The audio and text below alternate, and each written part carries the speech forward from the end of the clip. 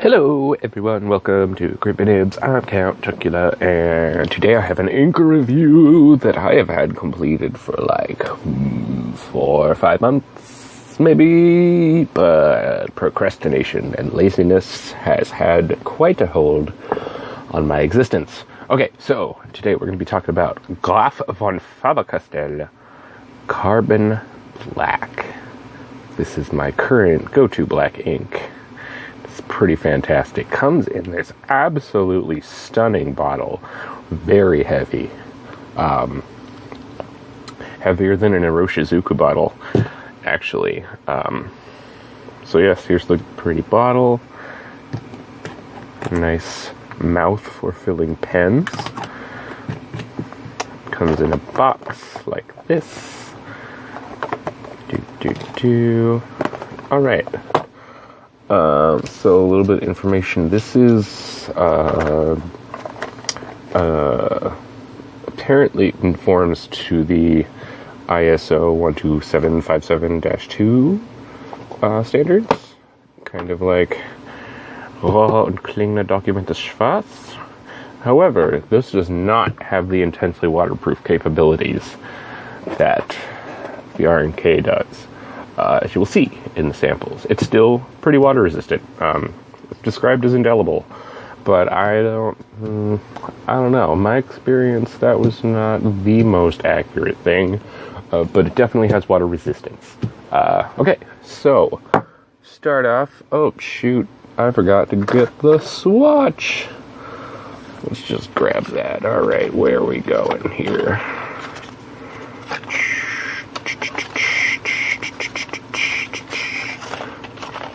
See, I did not think this through. Okay, so here's the coloring swatch, and as you can see, there's some sheen on this guy. Look at that. Let's see if I tilt it that way. Maybe, nope, you get sheen everywhere. There we go. It's a pretty dark black. No complaints in that department. Let's see some comparisons. If I can get this to focus properly. There's a Noodler's Black, Aurora Black. I think this is blacker than Aurora Black. At least it's a warmer black. It doesn't have as much blue in it as Aurora does. It's hard to really tell. Jerbon Pearl Noir. I mean, a lot of black inks tend to look pretty samey. Here it is with the document black. It's blacker than the Rohrer and Klingner one. The Rohrer Klingner has that green gold sheen that I really like. Sailor Kiwaguro, that silver sheen just kind of impedes everything as far as the swatch goes. Texas Black Bat, which is super black. It's incredibly black. See, it's kind of... Anyway, let's not focus on the swatches because they are a little bit, I don't know about misleading. Maybe misleading. I don't know. Whatever. Anyway, all right, we'll do this swatch first. All right. So here it is with bleach test and the 3-day water test. If I can get it to focus, please. Thank you. All right. So here's the spot. Oh my God, I tried pointing at the screen. So there's the spot where I put a drop of water, and it didn't really do much. So that's good. You gotta let it dry for a little while before it's gonna really show off its indelibility, I guess. There's the bleach turned at a kind of golden kind of color. Yes, so that's that. Not really bleach resistant. So that's a thing. Okay, onward. Chromatography. All right. Here's the normal one. Put the line of ink, instantly dunk it in the water. Here's the dried version, and here is the acetone version. Disclaimer, don't put any acetone anywhere near your pens. It's going to be a bad time. If they're plastic, it will melt them. So yeah, you see, there's the dot there. It goes up into a gray. Then it goes up into this, like, green shade. Like a green, golden green? I don't know, something like that. It goes into this dark purple and a lighter purple here. It's very nice, kind of fascinating. And then you see that yellow there is kind of the yellow that's behind this part. It's pretty neat. Here's the one that I let dry, definitely a darker dot. You get some of that green right up there, and then it goes up, and it does essentially the same thing. So if you cover that part up, can't really tell which is which. But yes, that acetone one is really fascinating. You don't really see any of that purple that you get here. But yeah, it just sucks that yellow all the way up, and then that's all you get at the top. And that dot is super dark. So yeah, cool stuff. It's pretty neat. These acetone swatches are very interesting. Swatches, chromatographies, whatever. You know what I mean.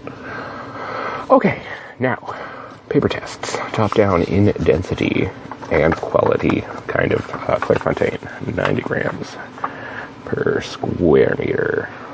I wish I could do color correction on these because it doesn't look as black as it does in person. But rest assured, this is a very dark ink. One of the blackest blacks that I own. Oh, pens used. So we have a Pilot Pereira in fine. This is eyedroppered because this is my daily driver black ink pen. It's a fine nib. It's very nice. I love this pen. That capping mechanism is just... oh my god. Makes me moist. And here is a Jinhao X750 with a black velvet finish and the standard medium nib. Okay, so that's that. I don't really have any negatives to say about this. It's incredibly nice ink. You get some of the sheen kind of showing up on camera. See, like all you're getting on camera is the sheen and not a whole lot of that darkness underneath. Maybe if I tilt it this way, yeah, that's better. That's way better. Quote was chosen because I hate myself and I love being sad.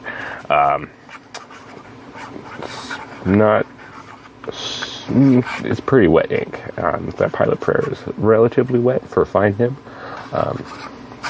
Like you can see that smear there, that's pretty intense. 24 seconds to dry in the Pereira. Oh, look at that sheen.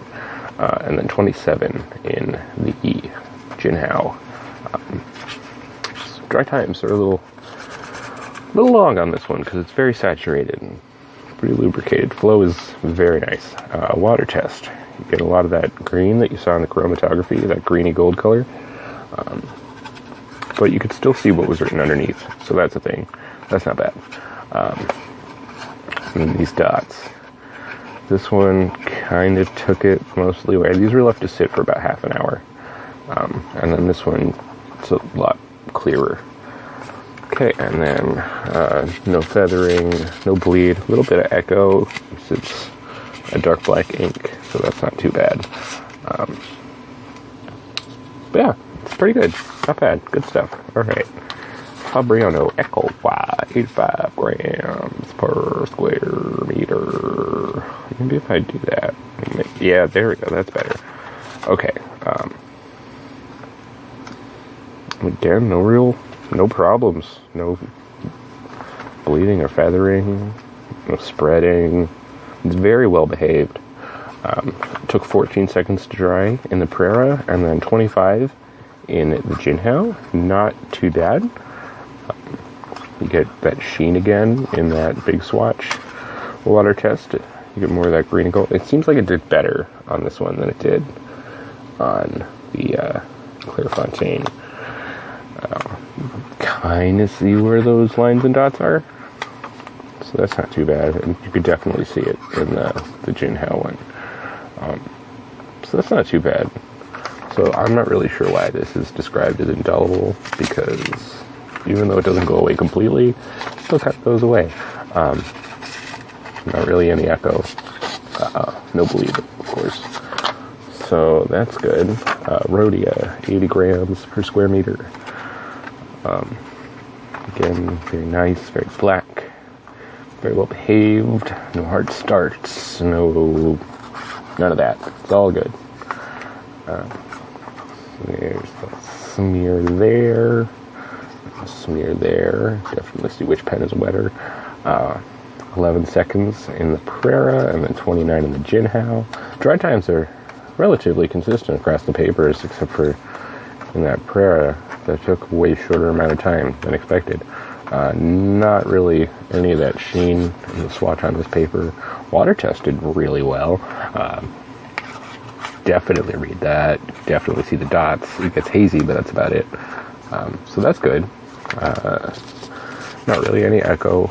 No, I wouldn't say there's really any, except on the Jinhao a little bit. And it's only because you could like kind of see it on the other side because it's really dark ink. And the water test pushed it through a little bit just to make it echo, but that's it. That's all. Nothing bad. Tomoe River, 68 grams. Alright. Holy sheen. Look at that. If you like sheeny black inks, it's going to be your jam.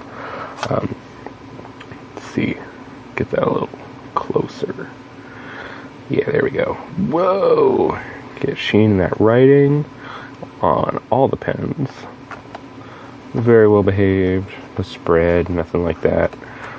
Took 17 seconds to dry in the Prera and 62 seconds to dry in the Jinhao. Look at that smear that went whoop. Pretty good. Pretty good stuff. Very wet. It's very juicy. The swatch looks good. Water test did not do very bad. You can still see it, and Tomoe River likes to let ink just slide away like nobody's business. So that's alright. Still read what was there. It's not easy, but you could do it.